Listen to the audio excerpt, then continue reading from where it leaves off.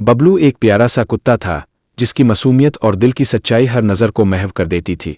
हर सुबह जैसे तुलुए आफताब के साथ नई उम्मीद की किरणें झलकती थीं, वो अपने मालिक हामिद के हमरा गलियों में सैर को निकलता, जहां हर कदम पर खुशियों के नए रंग बिखरते थे। एक दिन जब सूरज की पहली किरणें आसमान को सुनहरी चादर में लपेट रही थी, बबलू ने एक ख्वाब देखा जिसने इसकी दुनिया बदल कर रख दी। ख्वाब में बबलू एक सरसब्ज बाग में पहुंच गया जहां दिल को छू लेने वाले रंग बरंगे फूल खिले हुए थे और नर्म हवा में तितलियां रक्सां थीं। इस बाग की रौनक में बबलू की मुलाकात एक खूबसूरत परिंदे बोलो से हुई। ओलो, जिसकी चमकती आंखों में जिंदगी की गहराई समाई हुई थी, मुस्कुरा कर बबलू से बोला, ये बाग तुम्हारे दिल की गहराइयों का आईना है।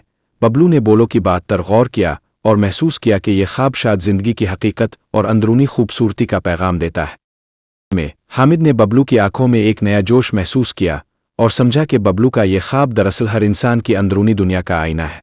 इस दिन से हामिद ने अपने दिल की बातें खोलकर मोहब्बत और खुलूस की नई किरण रोशन कर दी, जिससे गिली के लोग एक दूसरे के करीब आ गए।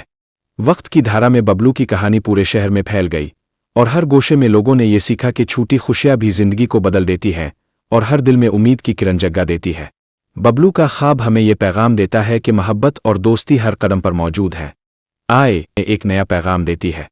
अपने दिल की आवाज़ सुने, मोहब्बत और खुलूस के रंग बखेरी, ताकि मुश्किलों में भी उम्मीद का चिराग हमेशा रोशन रहे।